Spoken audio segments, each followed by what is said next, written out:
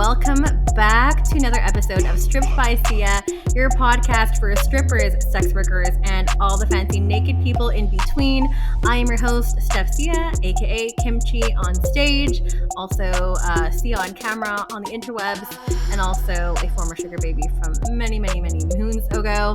If you're listening to the show for the first time, you're in the right place. This show is all about the destigmatization of sex work and the sex industry, and I do that by bringing different guests on every single week to talk about their corner of the industry. So this might be varying from adult content creators to porn stars to people behind the scenes to nonprofit organizations and charities that help benefit sex workers, PR people behind the scenes and whatnot. A lot of things to give you a really vast scope of what the industry looks like and what it realistically is, and not just sugarcoating, glamorized, and sensationalized bits that you might see on TikTok and the media and other places.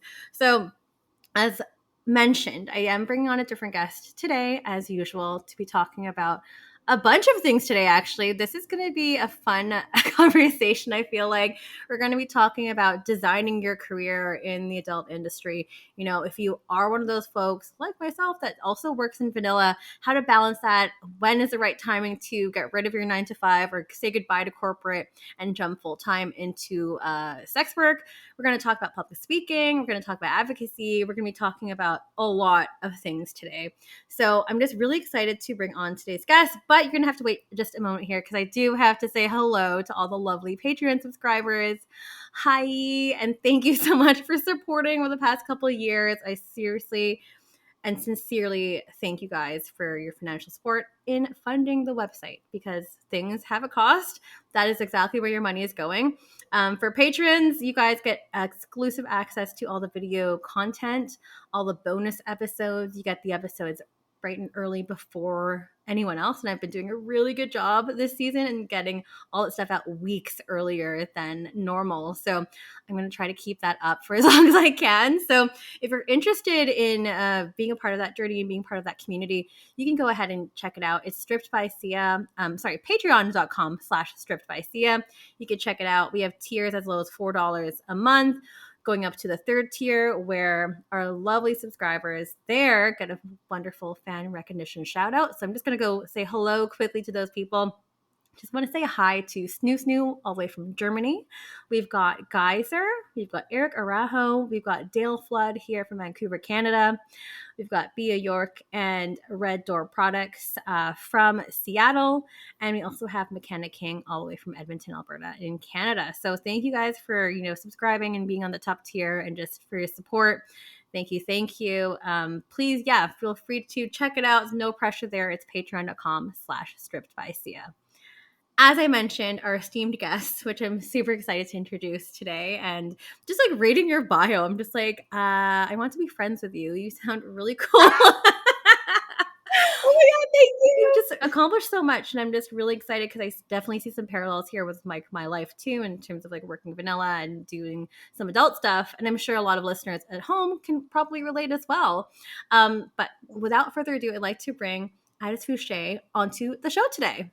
Hello. Hi. Thank you so much for having me here. I'm so excited to get to know you, for the audience to get to know you and learn about your fabulous career in adult and how much you've pivoted and kind of moved within the industry and also outside of the industry and kind of bringing things to the mainstream as well. So we're going to be talking a lot about that stuff because there's so much crossover within your past career in vanilla world and also moving and taking those experiences to your career in adult.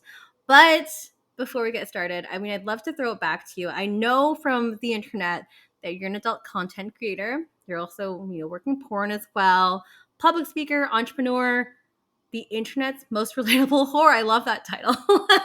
Yeah. So Hi. fun. You have a lot of things like listed underneath your name. So Addis, I would love to hear maybe in your own words and terms how you see yourself, how you describe yourself.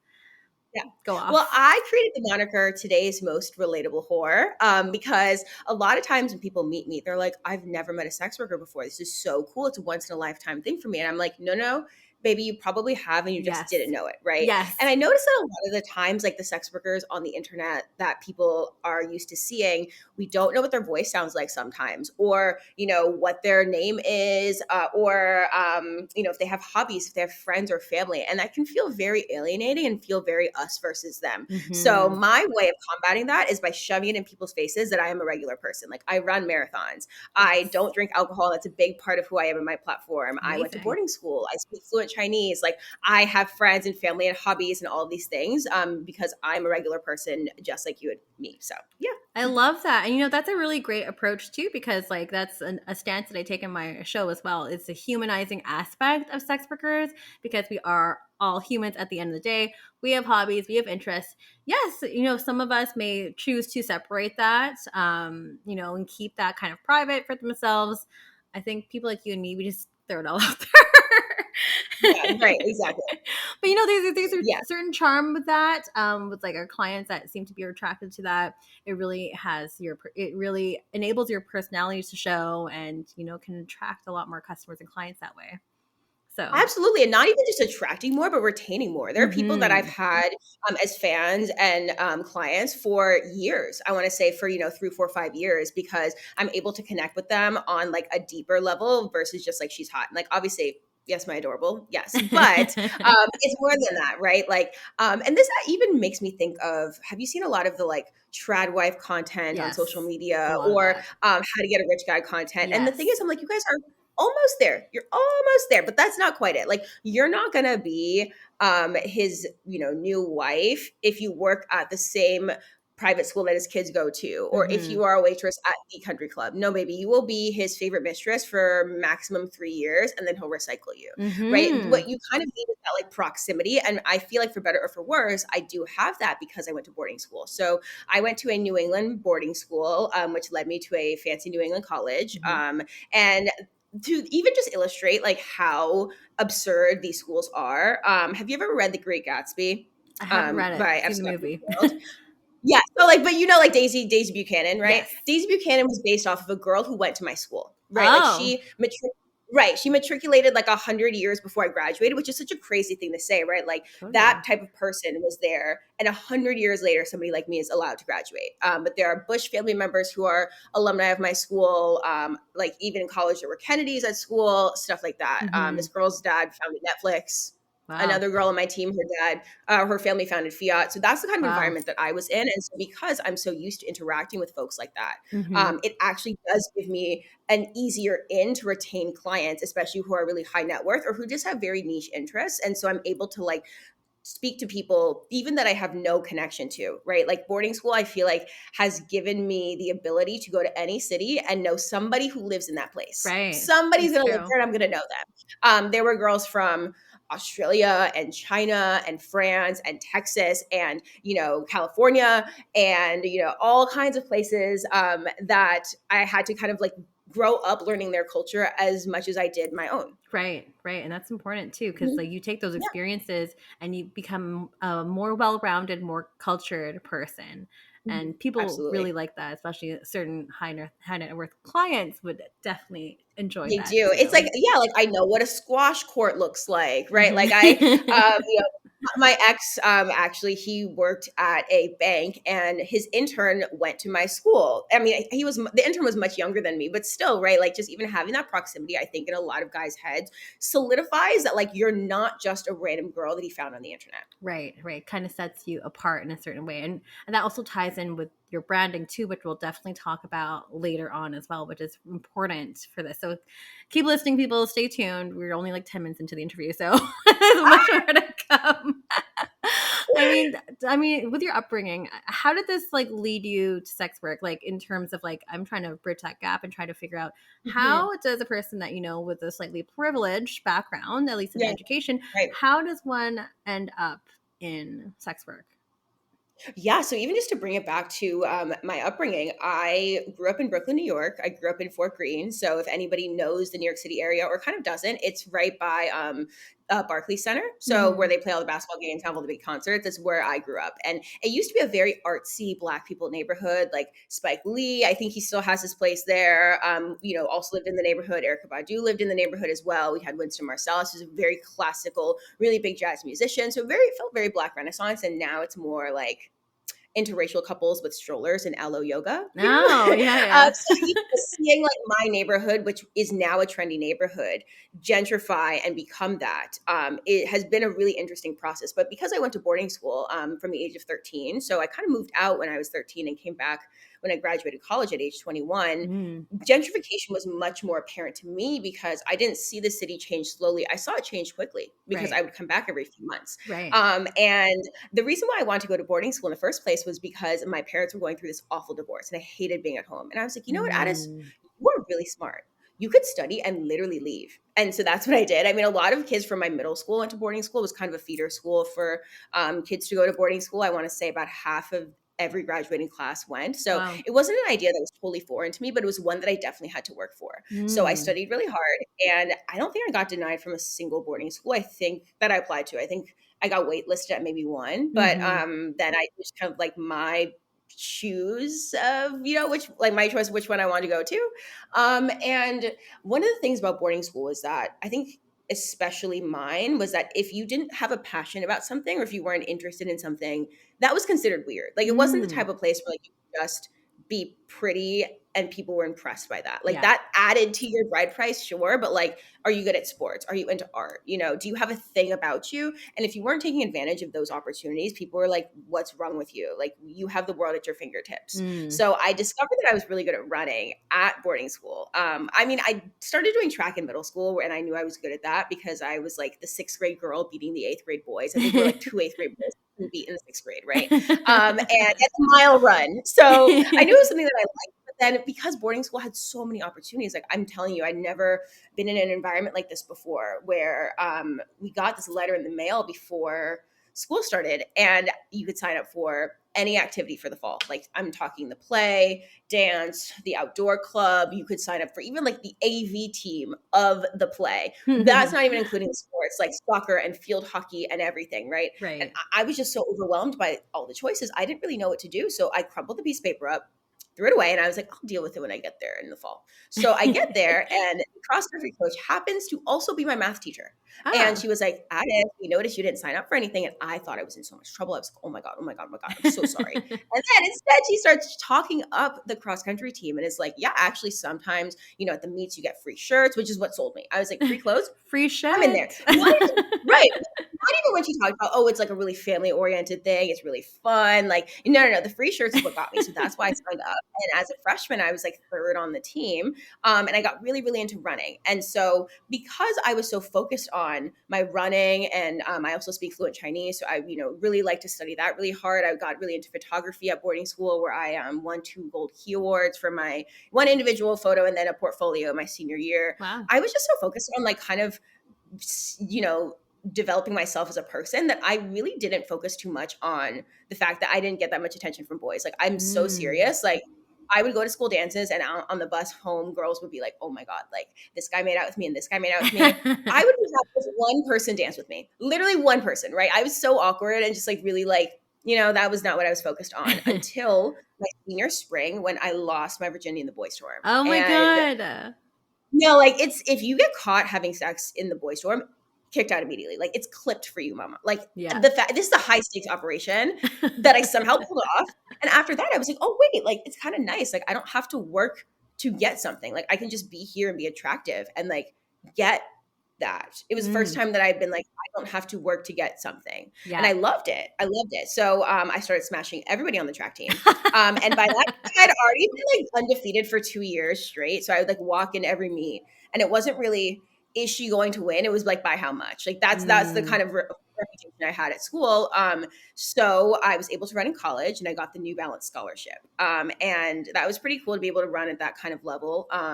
My mile time in college was a 5:17 mile. So I was insanely fast when I was in college. And that honestly led me to advertising. So I was an economics and Chinese double major, and my school had such like a pipeline to JP Morgan and Morgan Stanley and Yeah. Barclays and Goldman Sachs. That was just All not the my path. banks. Mm-hmm. So I wanted to work in advertising. And at the time, all of the entry level internships were unpaid. So I'm working 2 unpaid internships that summer between my sophomore and junior year, like not making a dime, but working Right. so hard.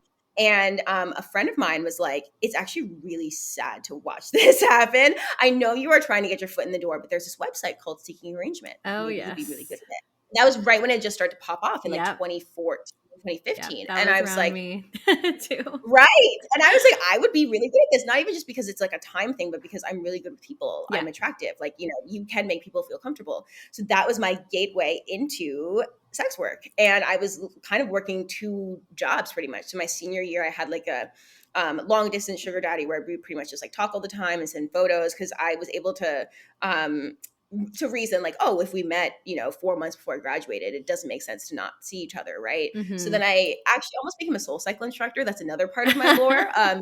2 jobs on campus. I was a barista. I feel like if you are any bit queer, you have to be a barista at some point in your life. And I was a spin instructor because my school was so fancy that they had their own ski slopes and also their own spin studio on campus. That is crazy. And I got into spinning because I was injured from running one year, and my friend, the one whose family founded Fiat, she was like, actually, you might like Soul Cycle. You could stay, in shape, but also not hurt your knee. Right. And so I was hooked on it.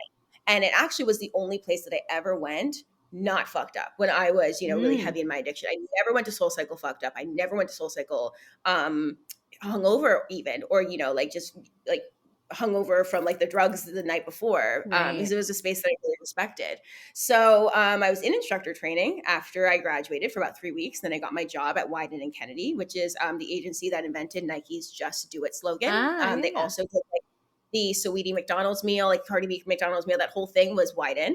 They also did Colin Kaepernick's Nike ads. And when I worked there, I got to work on the Bud Light Dilly Dilly campaign with like the Knights, where they were like, woo! And then I also worked on Equinox's Commit to Something campaign, which is really cool as well. I got to work on Duracell and Sprite and Lyft especially. So that was really great. But at the same time, I was in the city, and how could I not be on Seeking Arrangement? I know, so it was kind of like especially New York too.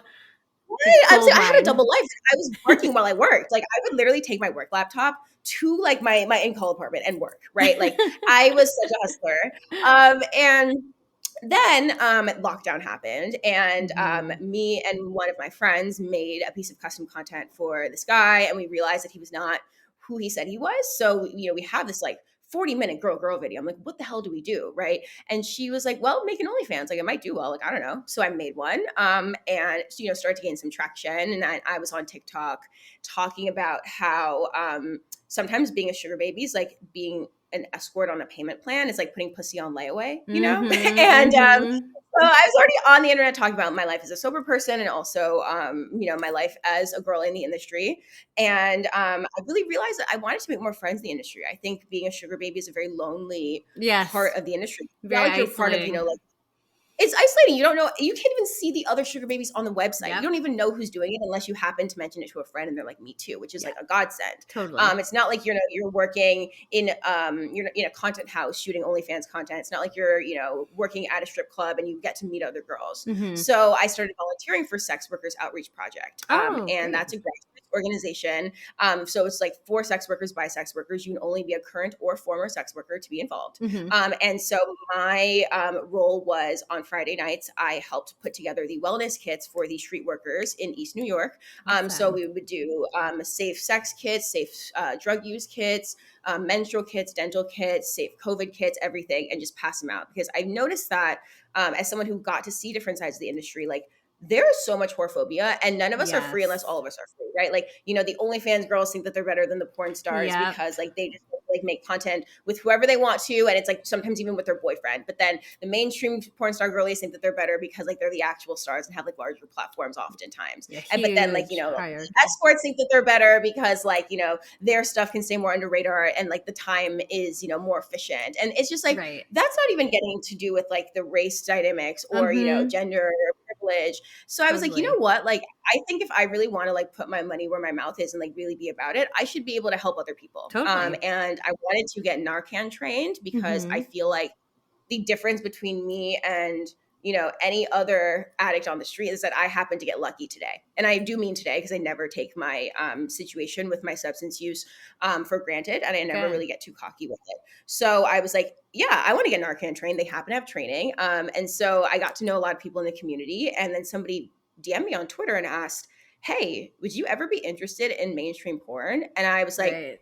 it makes sense why someone would ask me that. And this person had a lot of mutuals with my volunteer friends at SWAP. So I was There you able to go. ask them, like, hey, is this guy like normal? Is he going to kill me? And they were like, no, he's legit. And so I was like, you know what?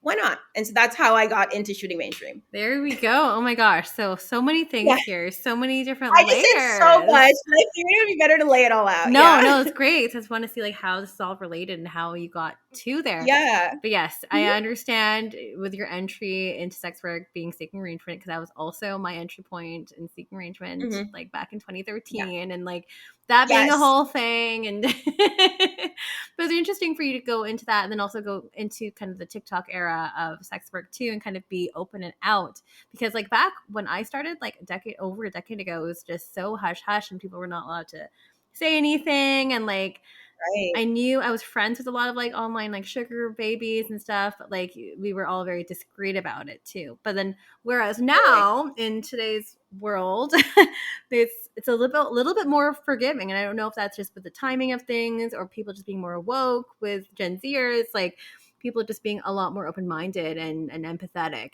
to different issues Totally. for marginalized folks, because sex workers are highly stigmatized, and there's Mhm. much more people talking about it now, which is really really great to hear and see, Yeah. and yourself as well. So I mean, going back to you and going back to your journey in terms of like starting in the industry, and also Mhm. talking about you working as a senior associate in digital marketing all at the same Yes. time, so many things happening at the same time.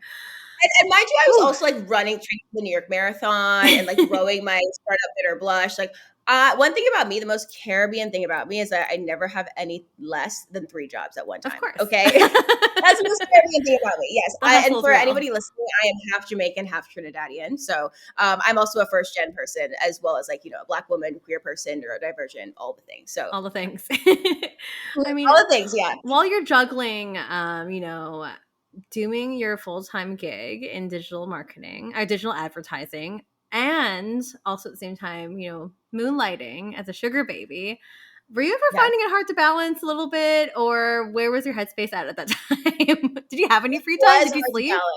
balance. No, it honestly really was hard to balance, but I'm so used to doing like a million things at the same time. It's like that is how I function. And to be Mhm. honest, I think that's probably why advertising started to bore me a little bit, because Mm. I was like, you know what? Like what I make a campaign for Planned Parenthood, and then I do it again and again and again until eternity. It just felt very cyclical and very boring. And I think also now in the day and age where people are trying to be very PC, and trust me, Right. I like am somebody who is very left. I'm very, social justice oriented. That's what my Mhm. entire startup is. But I think there's also an element of like people wanting to seem like they are infallible and like they can't make any mistakes, but also that there's no element of levity or humor in any of it, right? Mhm. So you would have these really, really awesome ideas, and people would say, oh, what if someone takes it this way, or what if someone takes it that way? Right. And then this really interesting idea would get really watered down. So I was Mm. like, I'm not even making interesting stuff these days. And I actually got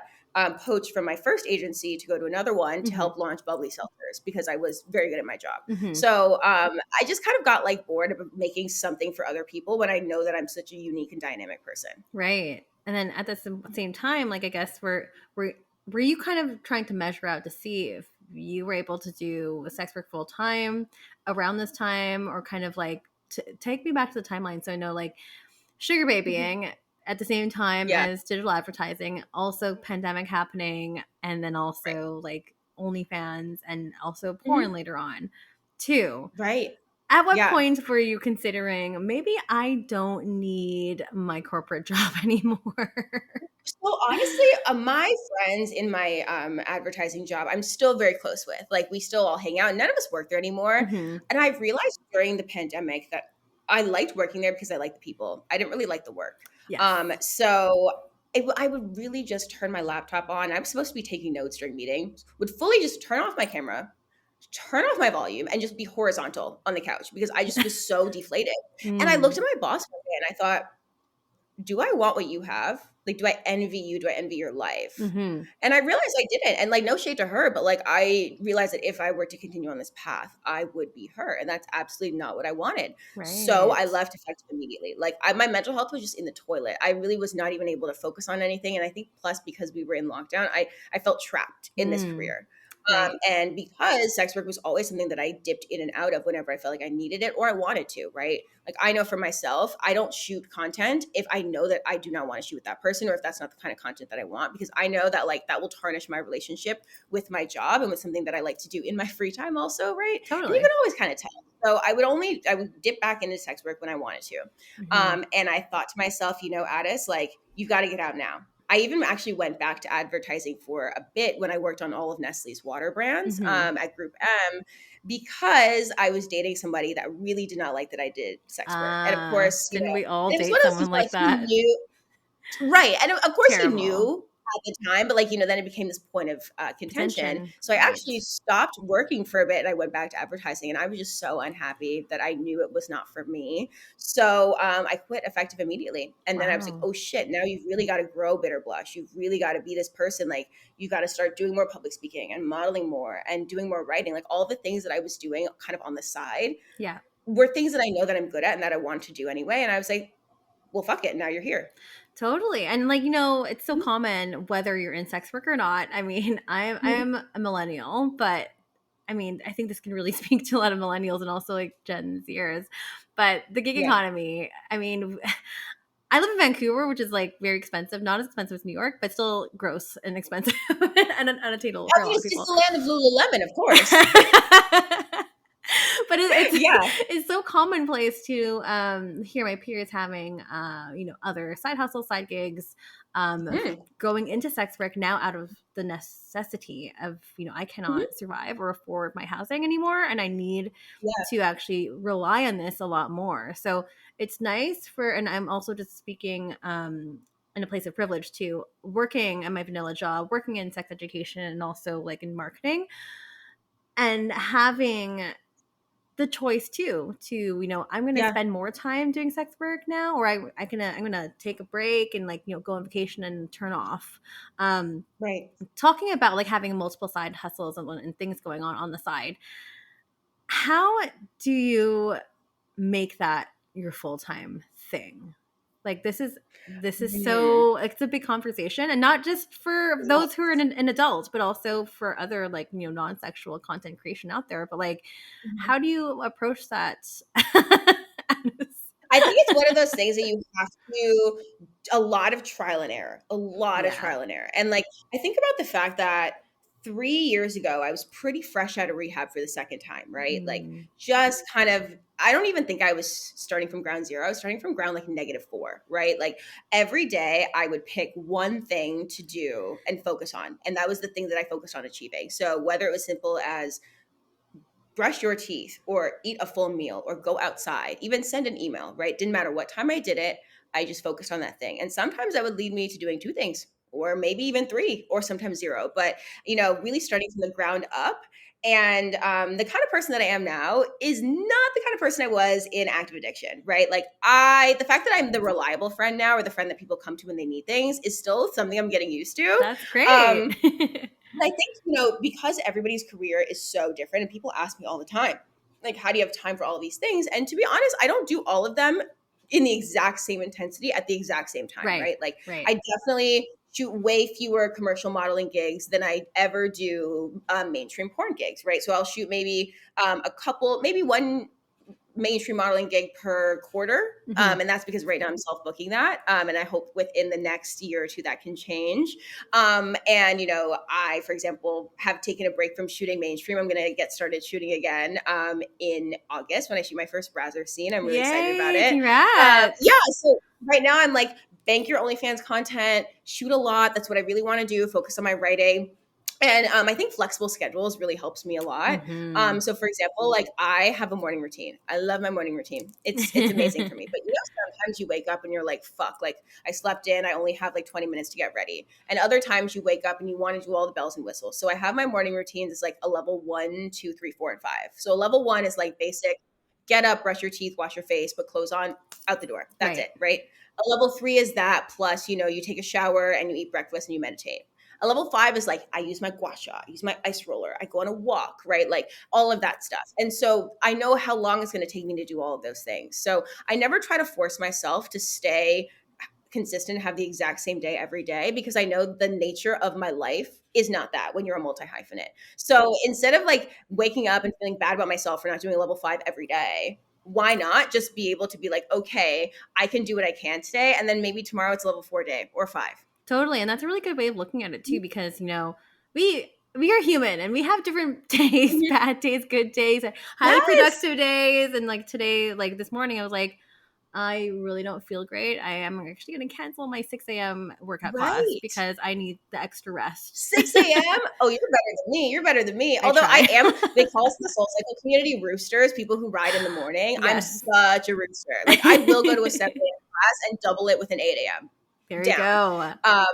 I agree with you. Some seasons are push seasons and some seasons are pull seasons. And I feel like you cannot build a strong body if you don't practice both your push and pull. Totally. It's a Mhm. fine balancing act for sure. And in terms of like Absolutely. going back to like the conversation of like, when's a good time to do this stuff or like how Mhm. to maybe plan for it, I would assume maybe you had some kind of plan a little bit because you had, okay, I have income stream coming in from modeling, of income stream Mhm. maybe from public speaking, income from Right. porn, all that stuff too. Mhm. Like I think it's really important at this point to tell listeners like how do you formulate a plan? Because God Mhm. forbid people are Yeah. just quitting everything and like I'm just going to rely on this without any kind of optics. Right. Let's talk Mhm. about that. Where do you So want to how do you start? formulate a plan? I think you've got to think in the short, medium, and long term, right? And Mm-hmm. I know the long term sometimes is really difficult. I think for me, Yes. especially as someone who was an addict, like I couldn't think more than like a month, 3 weeks into the future, right? Because like addicts, you think about how are you going to get your drugs today and then maybe tomorrow, right? So even just thinking long term for me, it was so difficult, but it's really important, right? So for example, I'm writing a book right now, and I had to think, okay, like Addis, as a writer, how do you make sure to write your proposal in that time? What kinds of writing practices are you doing? Are you regularly releasing articles? Mm-hmm. I would also think like, I like to split up my year into quarters, Yeah. like much like a corporate job. Like it's Yeah. interesting, like even though like, corporate was not for me, there's certain elements of it that I do appreciate. Mm-hmm. Totally. I think it's really hard to think of like, your whole year and what you can accomplish because that goes by kind of quickly and can get out of Yes. control. I Mm-hmm. think what are my Q1 goals? Okay, so Q1 is, January, February, March. What do I want to get done? Do I want to run this half marathon? Or if I don't, what am I going to do in its place? Right. And I also kind of try to, in terms of like having a plan in place, I think having an income stream that even is less less of a high salary or hourly rate, but it is consistent is really Yes. important, right? Being like, Absolutely. okay, I didn't get this really big opportunity that I thought I would get, but I've got this really steady stream gig that will keep me afloat in the interim because that's the other thing too. Like some seasons are really really busy and other seasons are not. Like Yeah. I the last 2 weeks was booked like crazy, but then there were times where like I didn't get booked for like 2 weeks or you barely got booked, right? So I Mm-hmm. mean even just really planning for a rainy day I think is important, but also knowing that like the good times don't last but the bad times don't last either. Totally. Yeah. And I like what you said there too, like having some kind of steady or consistent income, whether this is Mhm. in the form of passive income, but like, it's Mhm. predictable and it's going to be something that's going to be coming in all the time, almost like a safety Exactly. blanket. Because Mhm. our careers and our industry can be very volatile. Absolutely. It's very volatile. And also, too, another thing that I think about is how, like, beauty expenses are business expenses for Yes, they us, which are. sounds so silly, but it's like, I have to get my hair done. I have to get my nails done. I have Yes, to, look a certain way, because if I don't, that affects my career long term. Right. So it's not even absolutely. just making sure to take care of yourself. It's just like, I know that like I have to put this money into looking a certain way. And I think to the average person, that might sound really frivolous and it might sound really silly. I think when I was working corporate, getting my nails done was more of a luxury than it Yeah, was a requirement. But right. now, really being able to see what are your priorities, right? Like if you are trying to be a makeup artist and have that be part of your multi hyphenate life, Mm-hmm. you have to buy a lot of the new drops and you have to stay on Yes. top of that. But at the same time, are you making sure that you know a lot about the chemical compounds that go with different types of makeup and skincare things going together?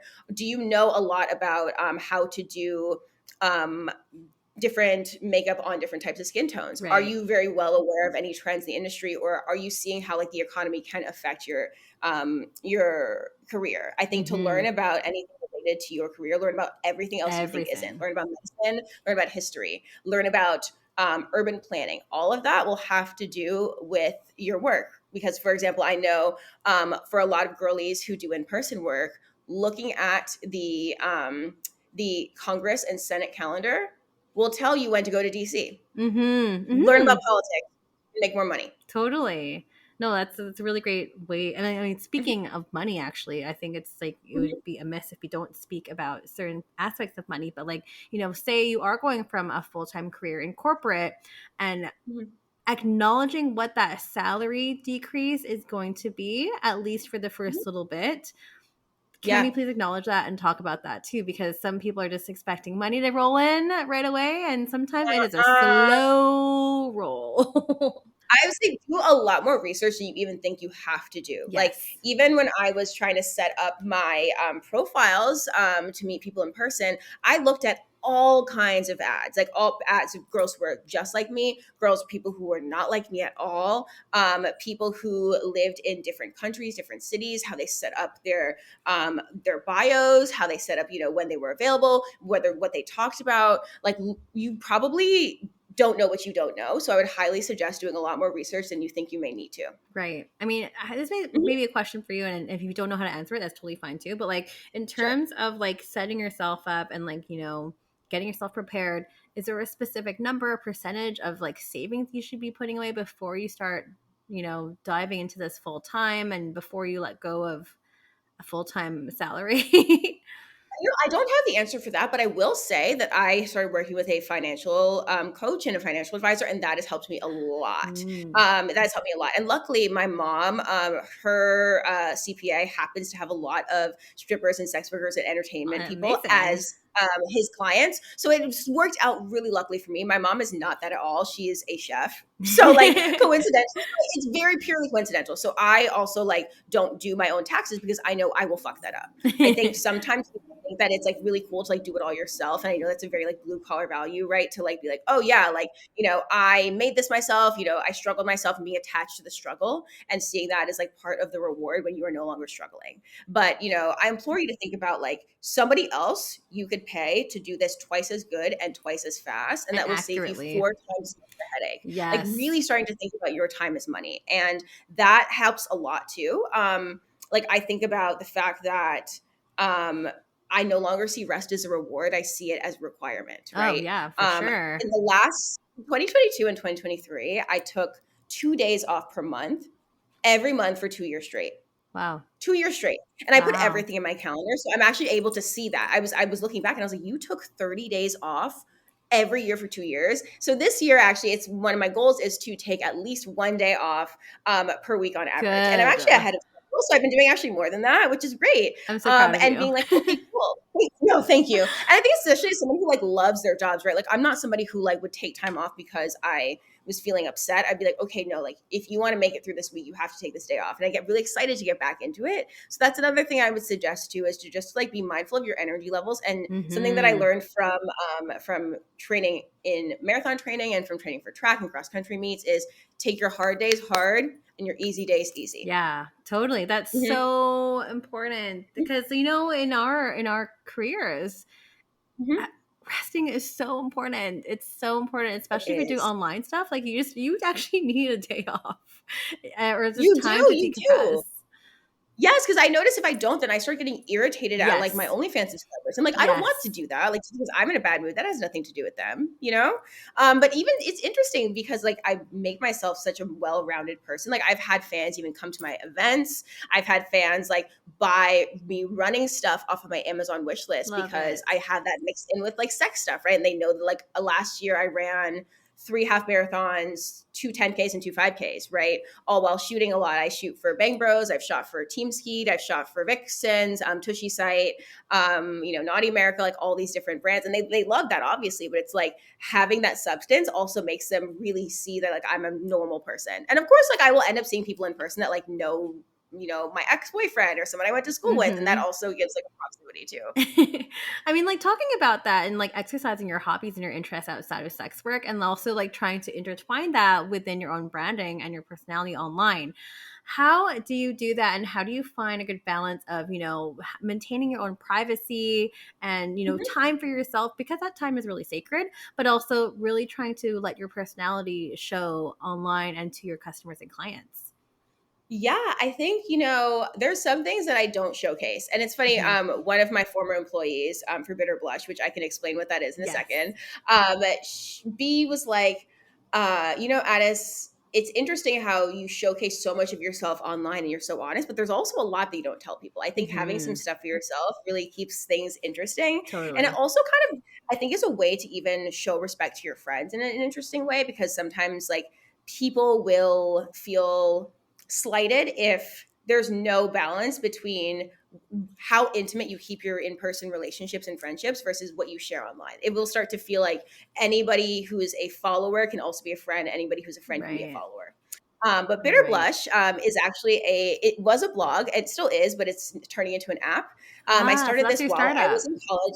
Yes, yes, I started Yes. this right when I was in college. It was supposed to be a blog that, was a space for people to talk about stigmatized issues, so they felt less stigmatized. So Mm. think sex, mental health, identity topics. And I helped Eileen Kelly. I don't know if you remember Killer and a Sweet Thing, that blog. Mm. It was known in Days Magazine as like the sex ed you never had. So Oh. that's kind of where I got my experience from to start Bitter Blush. And people would submit things in addition to our staff writers and be like, what is it like to lose your virginity as a fat Black gay man? Mm. What is it like to, have chronic pain and try to date with that? Or, Mhm. be the token Black friend in a friend group, right? Really things that people felt ashamed talking about. They didn't feel like they had someone to listen to them. And so we started to grow and grow, especially during lockdown and the Black Lives Matter movement, because Amazing. people were just on their phone talking about this kind of stuff. And Yeah. so I would get DMs all the time from people like, thank you so much for posting this, Addis, or for writing this. I did not know about this issue until I saw it. And I realized that people care a lot more than we may give them credit for, but also, too, there's a shame associated with not knowing as much as you think you should know. So Mhm. Bitter Blush is now turning from just a blog into an app that's Duolingo style, where you can subscribe to learn Cool. about what type of ism or phobia you'd like to learn about. So similar to how Duolingo has many different languages. Yes. And you can learn about that through videos that feel like you're FaceTiming a friend and doesn't feel like homework. That's really So cool. that is, yeah, yeah, yeah. It's honestly really nice to be able to like kind of even bring that full circle to like people don't understand what sex workers are Yeah, like. that's gonna ask Now about they do, that. or now they're getting closer to. Oh wow, that's awesome. I'm glad that you're able to do that and able to like, educate people in so many ways, but also like provide that kind of learning to people, because like, there is a Mhm. shame for sometimes people just don't want to ask a question, or they're like, I feel stupid for asking this, like I don't know what this is about. But like, Yeah. taking that away and be like, okay, no, actually I can learn about this in my own free time and Mhm. without the shame or stigma of it. So that's awesome. And I Exactly. love how you're Exactly. incorporating sex work in that too. Like please, I hope that's a big chapter on that. Oh my God. Yeah. And it's also, people ask me all the time, like, how long are you going to keep doing this, Addis? I'm like, for as long as it makes sense, because people like to look at things that they do not understand, right? They're Hmm. like, wait a minute, you're pretty, Yes. but you're also smart, but you also do public speaking and you run marathons and you write, but you also do porn. No way, I have to see it, right? So as long as it makes sense, I will keep doing this. There's not really like a deadline or a timeline or a stop date for me that I have Good. in mind, as long as I can do this. And yeah, I mean, I think, that even goes back to me starting the Lust Files, which is my Hmm. live event series. Yes, So I I see. noticed that there's a lot of spaces to talk about sex, but a lot of the podcasts that I was seeing were, or even just spaces, community spaces, were about trauma or they were very instructional, like just purely instructional, like how to squirt, how to Right. prep for anal, right? Yes. Or they were like slapstick comedy, like no shade to pillow talk, no shade to plug talk, but like it Yes. was like that. And I didn't want that. So I was like, what if there was just a place to talk about it and just like an elevated, curious, you know, way that like was not like any of that. So I created the Lust Files, and had all kinds of talks. So we had one where we had two DOMs and one of their subs on stage with us to humanize the BDSM and kink communities. Awesome. We had one all about orgasms, where we had AVN Hall of Famer Joanna Angel on stage with us. And if you don't know who Joanna Angel is, she kind of invented the whole like tatted alt girls doing porn thing. Like that's her. Suicide Girls, that's Joanna Angel. Yes. We had her. We had Dr. Evan Goldstein, who is very well known in the gay community. He does this procedure called Hole Talks, where you can get Botox put in your asshole so that you can bottom easier. So it's very gender affirming care for a lot of trans women and gay men.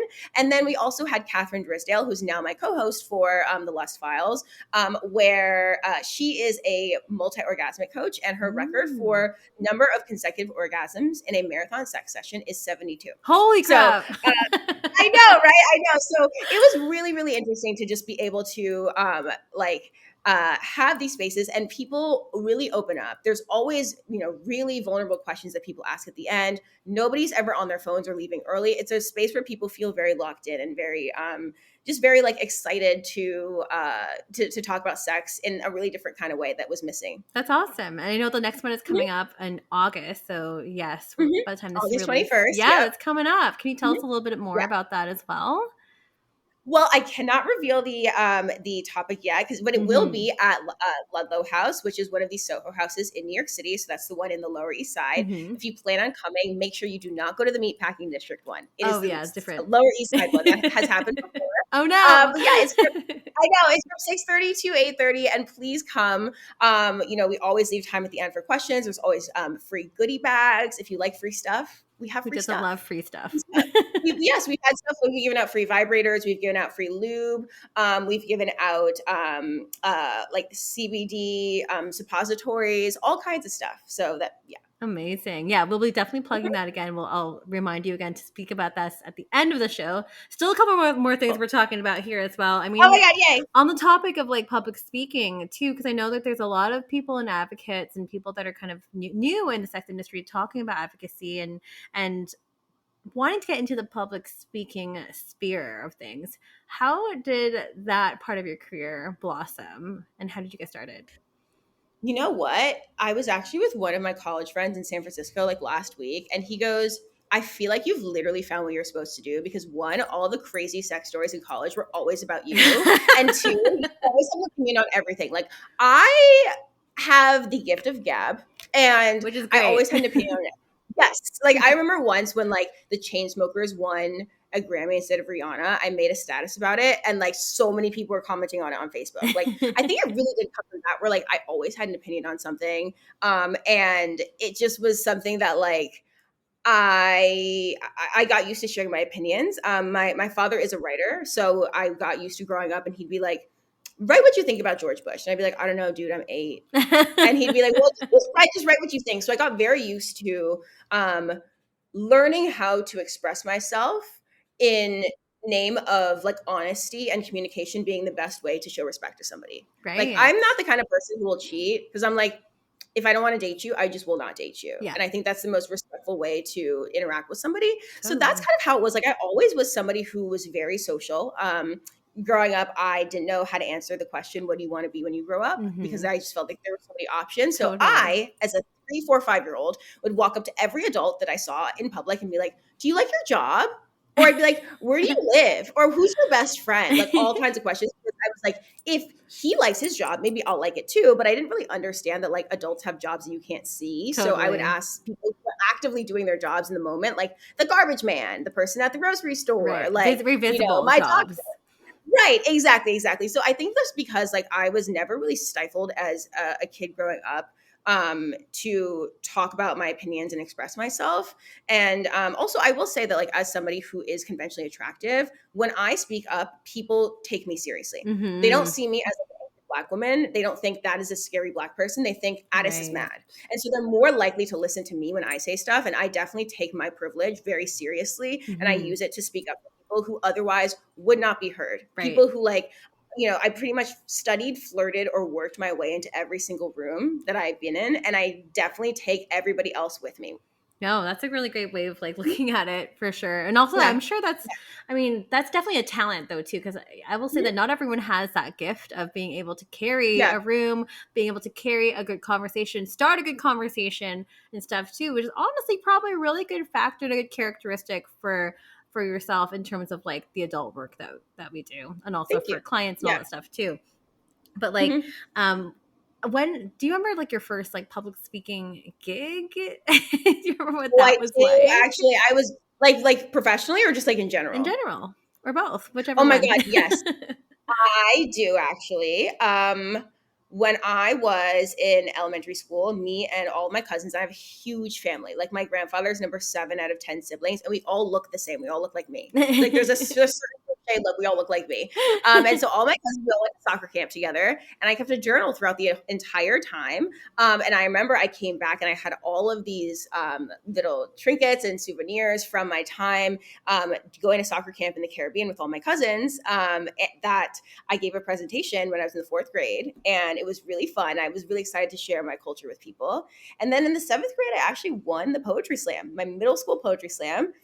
And we did it at this really iconic venue in New York. And I mean, the judges were like Michael Olajide, like the Victoria's Secret Angel personal trainer from back in the day. Wendy Williams was also a judge. Wow. So the fact that Wendy Williams voted my poem to be the best, like, period. But my poem was called Ode to Sushi, and it literally was just like sushi was my favorite food at the same time. Love it. At the time, and so I was just like, let me write a poem about my favorite thing. So that was my first time, but I still get nervous. And actually, no, if I think back to it, even earlier, I used to enter these speech competitions in Chinese when I was in elementary school. Right. So the theme was always Mother's Day. And so in like kindergarten, 1st grade, I would always write like a paragraph. My dad would help me write in English, and my teacher would translate it into Chinese for me, and I would memorize it. So cool. And so in kindergarten, I got so nervous. That was my first year that I cried when I went on stage. My dad had to pick me up. Oh, Next year, my dad was like, you can do it. I know, I was so scared. I got really scared. And then the next year I won 1st place in 1st grade and 2nd grade and in 3rd grade against kids who literally flew from China, like kids who did not speak English. Crazy. I won against. So that actually was my first time speaking in public. Now that I think about it, yeah. Because I know you spoke last month, at the time of recording, last month in June, talking at the Sex Work Survival Guide conference. Can you tell us a little bit about that? Because I know you were speaking about like setting your rates and like kind of like different advice on the panel. Like I would love to hear a little bit about that. Yeah, so I'm really excited whenever I get to have a public speaking opportunity. I also spoke at South by Southwest in 2023. I saw that. Yeah.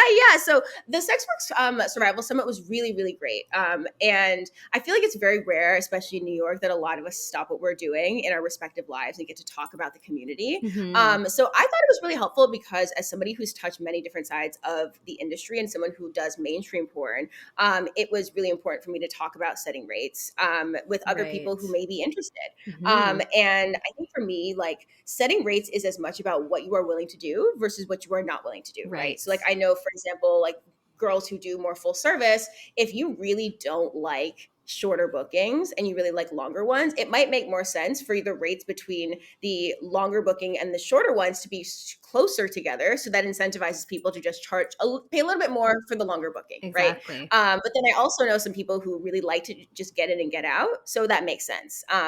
There are people who do anal when they shoot, and there's people who don't do it, right? So if you think about like people who are really unwilling to do it, but they'll do it in like once in a blue moon, then maybe they would charge super high, and the right person who's really, really, really going to value that experience is going to pay a premium for that.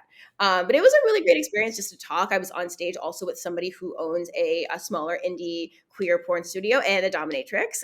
So I had a really, really great time. And then my presentation at South by Southwest was something that I ideated, and I am still a little bit attached to the advertising community. So there's a queer advertising collective called Do the Work, WER capital Q. And it's a queer advertising collective, so people from all different agencies and walks of the industry. And so I worked with them to develop my presentation called Creating for the Second Puberty of Queer Adults.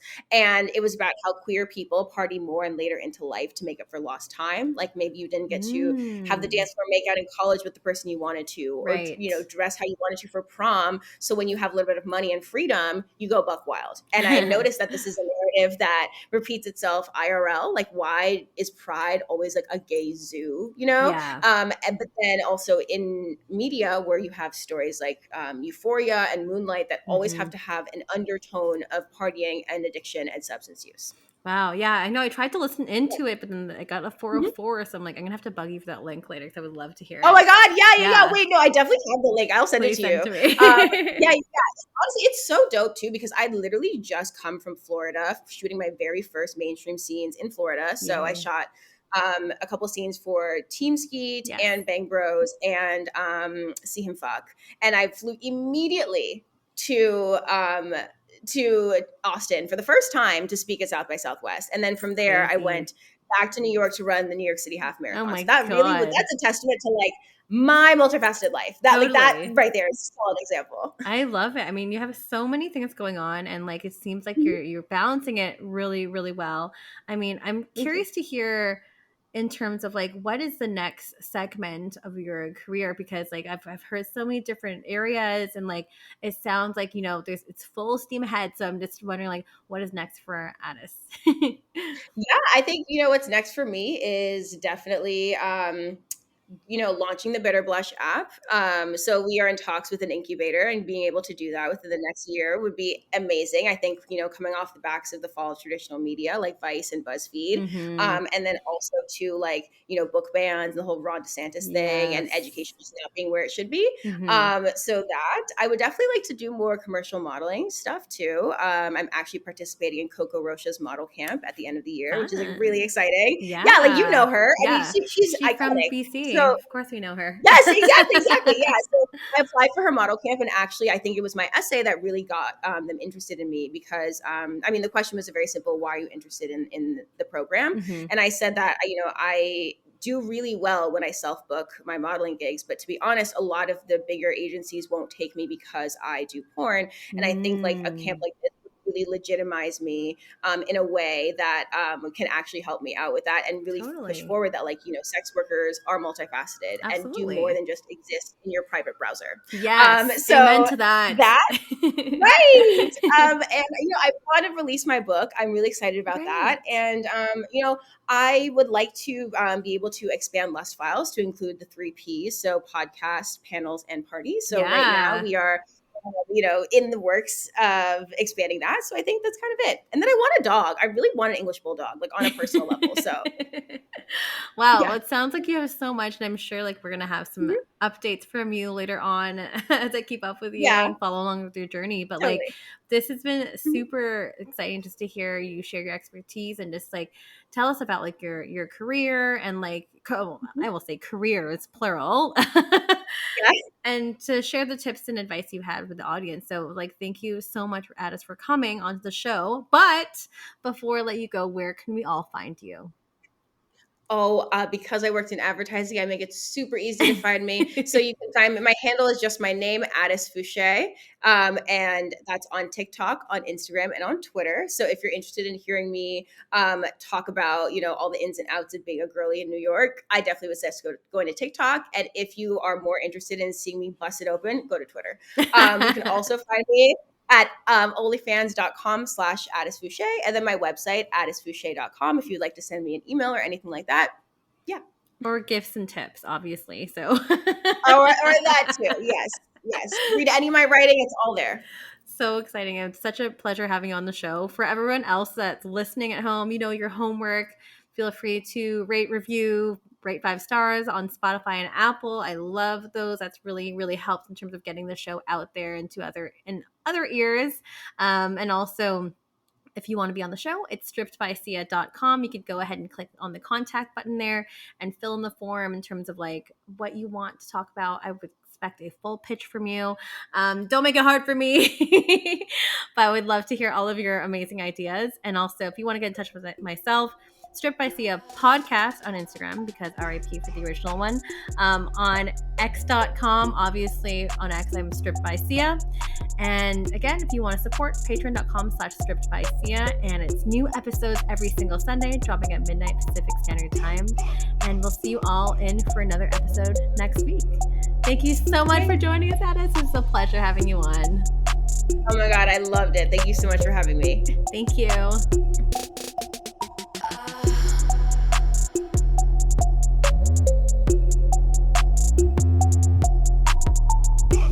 You're listening to Stripped by Sia, hosted, produced, and edited by Steph Sia. Music by Ted D. Graphic design by Maria Bellandarama, and photography by Ian Davern.